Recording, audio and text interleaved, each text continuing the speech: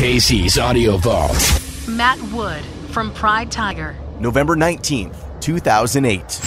Hey, thank you very much, Casey. How's it going? It's going really well. How about you? I guess this is as far east as you're going on the tour. How's the first leg been? It's been great. Yeah, this is our furthest stop. We're from Vancouver, in case you didn't know out there. So, yeah, man, we're playing here tonight. Silverados. Very excited to be doing so. And you're coming across the tundra, the prairies, right in November. But I guess it hasn't been too bad. Any mishaps in the van and trailer? Nothing yet. We've had great weather. Like, we were anticipating some bad, like, heading over the Rockies coming out of Vancouver, basically.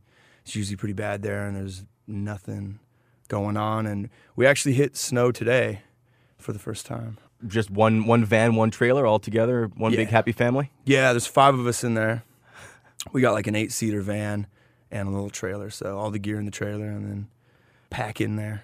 And does everyone have an iPod and take turns choosing the music, that kind of thing? Or yeah, it's pretty fun in there. Like, I mean, we'll do a little bit of partying in there, you know, get a DJ happening and pull an iPod out and, like, you know, and then when you need some time to yourself, it's easy enough to put your headphones on and, like, sit in the back seat. And I guess you guys have played quite a few venues in Winnipeg so far. A couple times at the Albert. You were at My Bar for that power presentation last year. Now tonight, Pride Tigers at Silverados.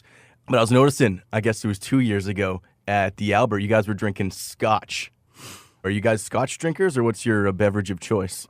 We are scotch drinkers. I think our beverage of choice would probably just be like a good can of cheap beer, you know? Well, I guess there's no such thing as good cheap beer. A cold can of cheap beer, you know? But yeah, I mean, we were drinking Ballantines.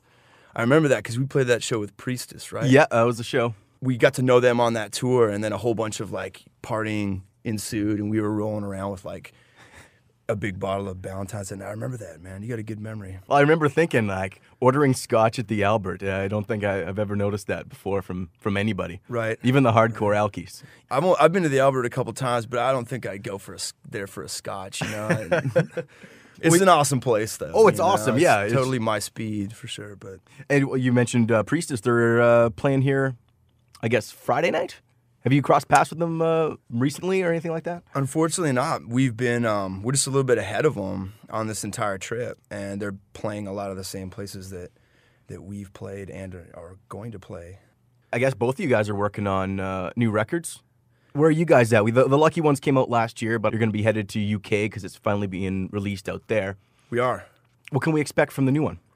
The new one is on its way as we speak. The best thing I can come up with right now, the best summary of it right now, is there's a little bit more variation than our first record, which at times is just, you know, a good 3-minute rock song, and it was, you know, for the most part up-tempo, and things for us now are a little bit different, and we're trying to make a, you know, same old thing that every band probably says. We're trying to make a real different record our second time around. Well, you know? second records is a big deal. You did well with the first one. Now you really got to do it.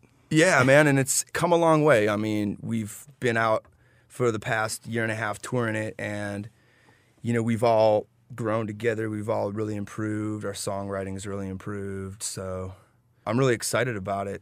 I can't, I guess, you know, really put a date on when it'd be done, but it's well on its way. And the first record, a lot of comparisons to the Thin Lizzy sound. You got the dual like guitar going, and we're gonna still sort of have that same feel, or is there? Have you been listening to different records for this time around? Is it gonna go a little bit longer, a little more proggy, or? We came from, like, you know, a metal and punk background. We were just into trying to write a good rock and roll song because it's something that we hadn't done. And I think that now we're just getting a lot better at figuring out that formula. We're not going to go the proggy concept album direction. It's just going to be like an improvement on the form that already exists. You're still going to hear the same things, but there's definitely a whole lot more emphasis on catchy, you know, good rock and roll song that doesn't sound like a modern rock song. Maybe a little bit. It's going to sound a little bit like a modern rock song, but and something that translates well to the live show, because you're pretty well known for having a pretty kick-ass show. Oh, thank you. By the way, Pride Tiger tonight, Silverados. Thank you very much. Speaking of being a good live band, have you had any real flop audiences? Oh, man. Very rarely. We're pretty lucky. I think we always have a good time. We're really happy to be there. And I think that even if there's only 10 people in the room, it still manages to translate. No matter what, there's always someone there who just is excited and who'll come up after the show and have something kind to say, and that's all that really matters. We played a couple of like smaller shows on this trip. You go in with, fearful a little bit. It's a small place, because we have great success in bigger cities.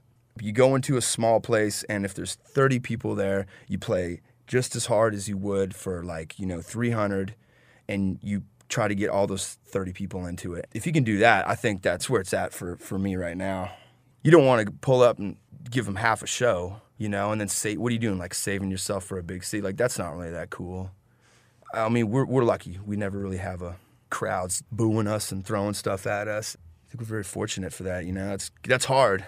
It's tough touring, but you get 45 minutes up on stage and people came to see you and they paid money to see you and they totally deserve you sweating it out.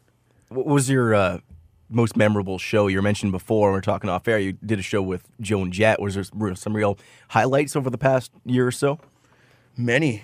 Did you get to meet Joan Jett? I did. Cool. Yeah, briefly though.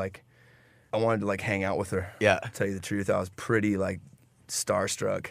And she was totally cool, man. She exactly like you'd think she, still dressing and she walks around like she's the shit. Pardon my, I don't know if I can swear. So by the way, cut that. She walks around like she owns the place. Yeah, what else have we done that's memorable? We had a member change go down in the summer. Who's new in the band? Aaron McCaddy, bass player, vocalist. So we've just kind of been slowly taking on a few things here and there just to get Aaron used to everything, get us used to everything, but having a lot of fun nonetheless. We're talking to Matt from Pride Tiger, playing tonight at Silverado's. Are we going to hear some of the new songs you've been working on over the past few months tonight? Yes, you will. Nice. Yeah, we've really taken a lot of time to rework our set. And Bobby, who sings and plays guitar, he's playing keys now. We got some new songs, featuring some organ, and we're trying out some different things. And yeah, we got 5 new songs to play, so hopefully nice. People are stoked to hear them.